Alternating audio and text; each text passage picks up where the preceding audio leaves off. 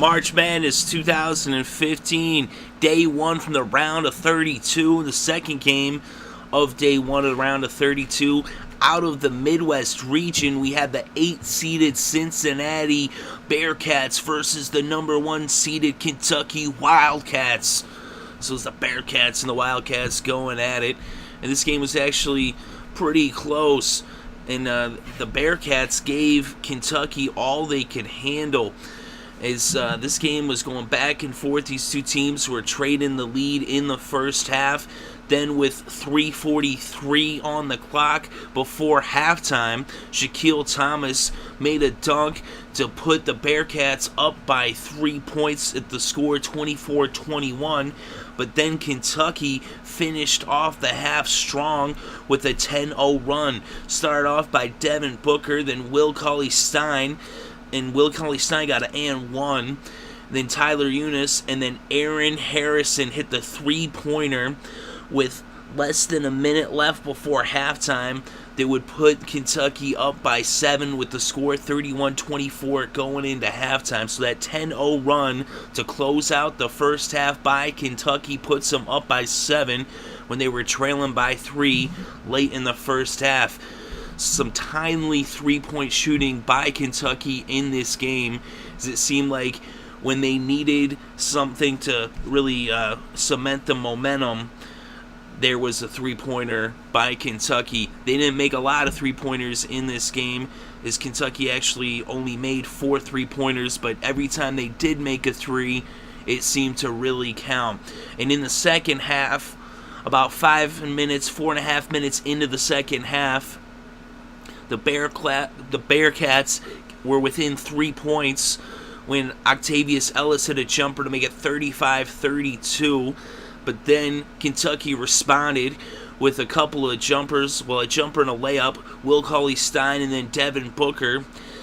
And that made it back to a 7-point lead. Octavius Ellis then got a dunk for the Bearcats, and that brought it within 5. But then, with about 12 minutes left in the game, Aaron Harrison hit another tray, his second of the game. And that was actually, he had 3 total in this game. But that three-pointer right there would put Kentucky up by 8 points. And they really wouldn't look back from there on out. And they would close the game strong. And they would end up winning this one by 13. So the final score, Kentucky 64, Cincinnati 51. And if we look inside the numbers, the real difference in this game was the free throw shooting of the Wildcats. The Wildcats were 20 of 28 from the line. And that's how they won this game.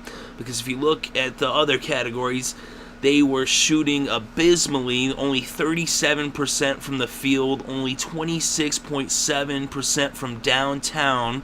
Of course, they were able to hold Cincinnati to even worse numbers, but it was that free throw shooting by the Wildcats, 71.4%, 20 free throws, that made the difference for Kentucky and what lifted them to victory in a game where they were actually out-rebounded by Cincinnati. But they were moving the ball around pretty well. They did get 3 more blocks. I mean, we saw a lot of defense in this game. It was a defensive battle. 9 blocks for Kentucky, 6 blocks for Cincinnati, 7 steals for the Wildcats, 4 steals for the Bearcats. But the Bearcats actually outboarded them, 45 rebounds from Cincinnati versus 38 rebounds for Kentucky. Although Kentucky did win the battle on the defensive glass, but Cincinnati was dominant on the offensive glass, but they couldn't turn that into points as they shot only 31.7% from the field and an abysmal 14.3% from three-point land.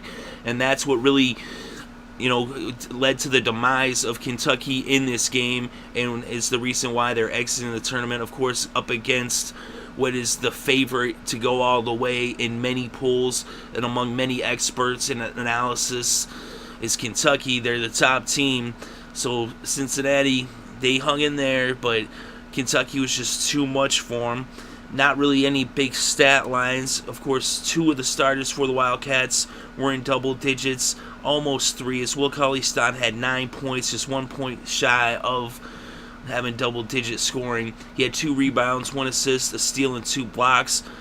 Trey Lyles actually had a double-double with 11 points, 11 boards, 1 assist, 1 steal, and 2 blocks, as he was a solid force for Kentucky in this game. And Aaron Henderson with that clutch three-point shooting, making those threes count, although he shot below 50%, but he had 3 3-pointers, and he had 13 points in this game, so 9 of his 13 points came off of those trays.